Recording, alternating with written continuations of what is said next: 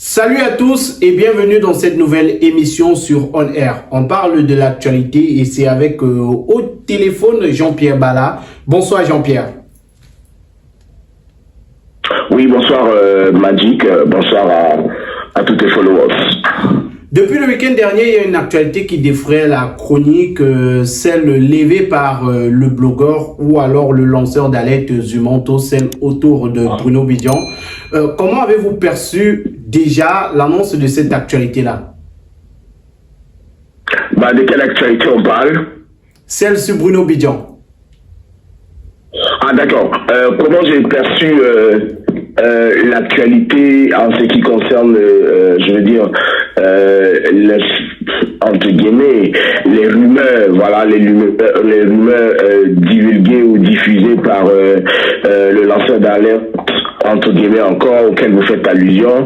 On va dire que je n'ai aucun avis à donner là-dessus, franchement. D'ailleurs, pour moi, ce n'était pas une actualité, parce que figurez-vous bien qu'une actualité, ça respecte des canaux bien précis, et là, tous les canaux, toutes les règles qu'on a en matière de diffusion d'informations ont été bafouées. Donc, en réalité, j'ai juste envie de dire que c'est vraiment de la poubelle d'Internet, comme on en voit, comme c'est souvent servi par nos lanceurs d'alerte, comme vous dit, c'est de la poubelle d'Internet. C'est comme ça que j'appelle ça. Donc vous pensez qu'il ne s'agit pas là d'une information, qu'il ne s'agit pas d'une dénonciation qu'il faudra prendre en compte, qu'il faut prendre en compte? D'abord, il s'agit, parce que j'ai bien lu, quelqu'un m'a envoyé le texte en question, j'ai pas eu le temps de regarder la vidéo, de longues heures à regarder ce type de choses. Vraiment, quand on a des choses à faire, c'est pas forcément intéressant. Donc, d'abord, je disais, c'est une affaire apparemment privée. Or, si c'est une affaire privée, ça veut dire ce que ça veut dire. Ça veut dire que ça n'intéresse pas la grande masse. Ça veut dire que moi, ça ne m'intéresse pas particulièrement. Ça ne devrait pas vous intéresser particulièrement non plus, ou intéresser le Camerounais lambda qui croupit sous la misère et qui attend que les conditions de vie puissent changer en sa faveur. En quoi est-ce que des affaires en dessous de la ceinture d'un personnage public, fut-il le directeur d'une chaîne de télévision privée plus ou moins courue, en quoi est-ce que ces choses-là, j'ai envie de dire, ces racontages intéresseraient un Camerounais lambda? Ça nous avance en quoi au juste? En quoi est-ce que ça apporte un plus au quotidien des Camerounais? Donc pour moi, ce n'était pas une actualité, si vous insistez, intéressante. Mais derrière, on a quand même un jeune qui raconte des faits jugés graves. On a un jeune qui aujourd'hui dit que sa vie est en danger. Est-ce que ça ne devrait pas préoccuper, peut-être, pourquoi pas pour lui et même pour l'avenir? Nous sommes en 2024. En 2024, nous sommes dans une ère de civilisation. Nous sommes à une époque où tout est normé. Nous sommes à une époque où tout est légiféré. C'est-à-dire que vous avez un problème avec quelqu'un, vous sentez votre vie en danger, les canaux de plainte, je veux dire, les canaux qui devraient vous amener à avoir gain de cause ou à réclamer votre droit sont bien définis par la loi. C'est-à-dire que vous portez plainte, vous vous rendez devant une institution judiciaire, s'il y a un procès à faire, vous faites le procès, et après on détermine qui est coupable et qui ne l'est pas. Ou si vous êtes à protéger, on vous protège de façon particulière. Si la personne qui, d'après vous, est votre bourreau, l'est effectivement, on le met aux arrêts, parce que Bruno Bidjan, figurez-vous, nous en avons la preuve, n'est pas intouchable. Il a été incarcéré il y a quelque temps. Donc si vous avez un problème avec quelqu'un comme celui-là et que ça s'avère sérieux, vous n'allez pas voir un lanceur d'alerte. Vous allez devant la loi et la loi se saisit de l'affaire et la loi fait son boulot. Donc c'est simple, sa vie est en danger, soit accordons-lui le bénéfice du doute. Déjà, sa démarche montre en réalité que sa vie n'est pas en danger, parce que si votre vie est en danger, comme je le dis, vous portez plainte, vous attendez simplement, et les procédures conduites devant les tribunaux, ceux qui vous accablent sont mis en marche pour effectivement vous faire rentrer dans votre droit. Vous souffrez de mal de rein, mal de dos, mal de genoux, faiblesse sexuelle, paludisme, typhoïde, vous souffrez de nerfs sciatiques, problèmes de constipation, vous voulez perdre du poids, vous souffrez d'obésité et d'autres maladies. Mesdames, messieurs, voici la solution pour vous. Power Health, c'est le médicament conçu spécialement pour éradiquer toutes les maladies de votre corps. Avec ce médicament fait à base de plantes naturelles, vous trouvez la guérison en 3 jours seulement. C'est le moment pour vous de vous lever, de marcher. C'est le moment pour vous de dire au revoir à toutes les maladies qui menacent votre santé. Contactez dès à présent le numéro de téléphone qui est présent sur le petit écran et retrouvez la guérison grâce à Power Health. Mais derrière, on a des pratiques qui sont citées, qu'on ne va pas répéter ici. On a des pratiques et on a également des autorités ou alors des anciennes autorités qui sont citées dans ces faits-là par ce jeune homme, dans ces différentes vidéos. Est-ce qu'on peut dire que ce jeune homme est dans une campagne de dénigrement contre Bruno Bidjan? Je ne sais pas si vous m'entendez, moi j'ai de la peine à vous entendre. Oui, je disais, dans les différentes vidéos qui circulent, des vidéos de ce jeune homme-là qui dénonce un certain nombre de trucs, il cite quand même des autorités du pays, il cite un certain nombre d'autorités, que ce soit sur le plan régional ou alors même encore plus. Comment est-ce qu'on peut être là dans une campagne de dénigrement tout simplement? D'abord, je veux croire, je connais votre sérieux, Magic Goko, donc je veux croire que vous aussi comme moi, vous pensez qu'il s'agit en effet peut-être d'une campagne de dénigrement, peut-être j'ai envie de dire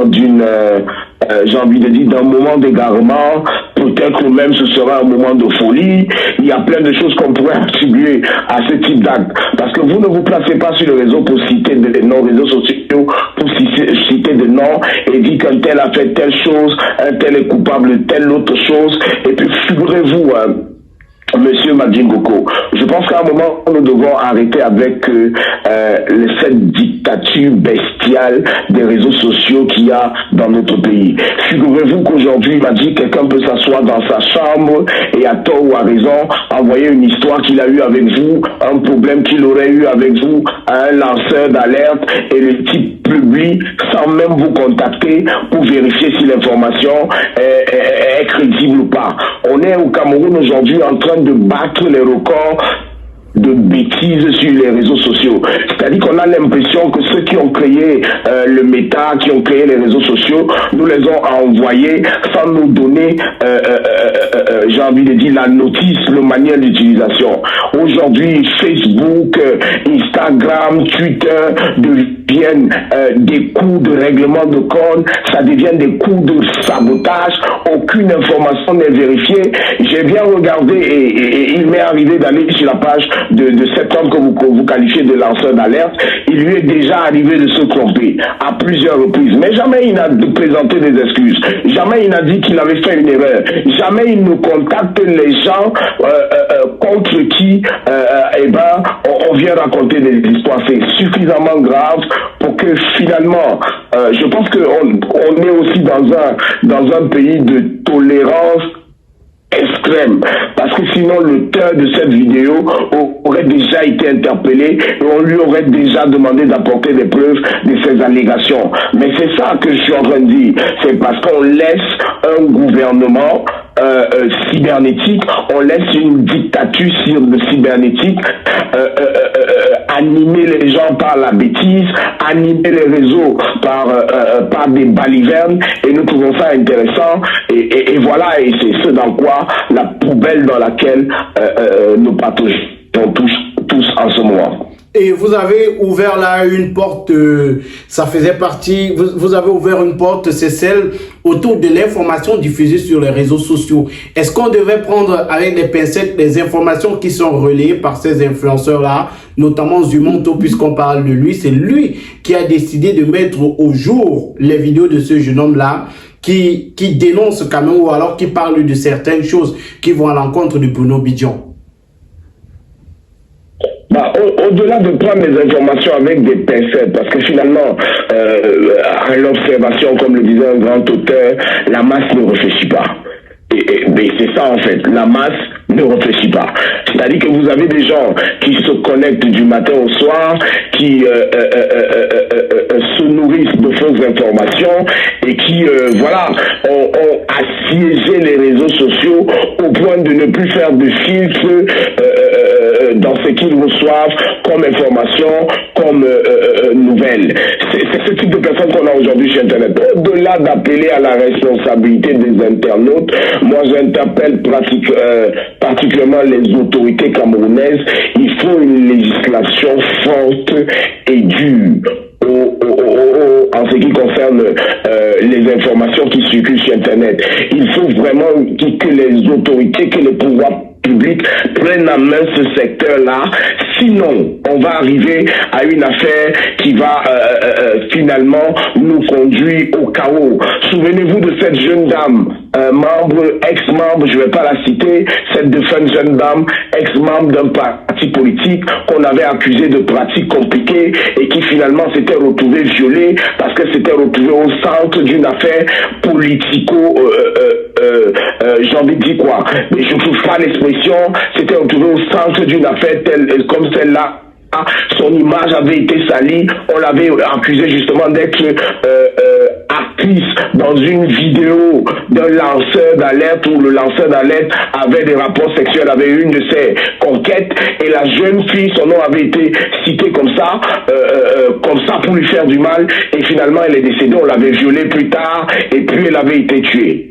Ça part de quelque chose, d'une information diffusée sur Internet et qui finalement amène jusqu'à la mort de quelqu'un. Je pense que les autorités camerounaises devraient vraiment prendre le taureau par les cornes et prendre les dispositions qu'il faut pour que des choses comme ça n'arrivent plus, pour que Internet ne soit plus un no man's land juridique et que des gens, auteurs des publications comme celles que vous évoquez, des gens que l'on voit apparaître dans des publications comme celles que vous évoquez, puissent être interpellés et tout au moins que des comptes leur soient demandés à propos. Et aujourd'hui, l'idée du contenu, c'est également d'éduquer les masses. Nous sommes suivis par des milliers d'internautes. Comment discerner le bon du faux, le bon du mauvais? Je pense personnellement, comment distinguer le bon du mauvais? Je pense qu'il y a d'abord ce qu'on appelle la crédibilité intuitu personae, c'est-à-dire que lorsque vous allez sur une page, il faut connaître qui est l'auteur de cette page, connaître quel est le passif de cette personne, connaître quelles sont ses tendances politiques, connaître quelles sont ses tendances en général.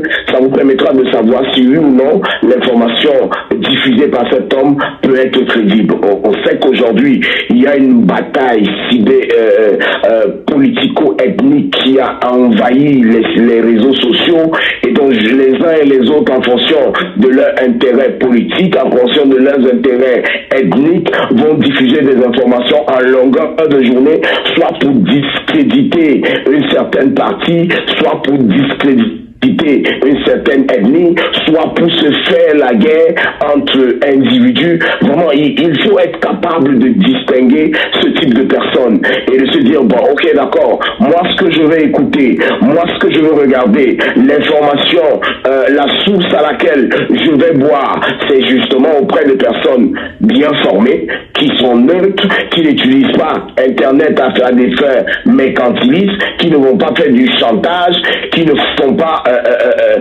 des publications ou des dénonciations à tête chercheuse. Vraiment, il faut s'éduquer sur la posture vue de la personne que vous suivez sur Internet. Je n'ai aucun problème, par exemple, à intervenir sur vos podcasts parce que je vous connais, parce que je sais quel sérieux vous vous mettez dans vos publications. Dans ce cas, plein de gens ici, vous avez même peur d'intervenir dans leurs émissions, sur leur plateforme, parce que vous savez qu'ils ne sont en aucun cas crédibles et qu'il ne faudrait justement pas que votre image soit associée à leur image à eux. Voilà. Donc c'est ça. Il faut connaître la personne que vous suivez sur Internet. Il faut savoir qui sont ces personnes. Quel est leur bord politique? Qu'est-ce qu'ils défendent? Est-ce qu'ils ont une tendance? Est-ce qu'ils ont une forte tendance à défendre une tendance, une appartenance ethnique? Est-ce qu'ils sont englués dans des batailles ethnico-politiques qui sont aujourd'hui le propre d'Internet au Cameroun? Il faut avoir toutes ces informations avant de vous lancer et de donner du crédit à une quelconque information diffusée sur Internet. Voilà. Merci à vous, Jean-Pierre Bala, de nous avoir accordé de votre temps cet après-midi.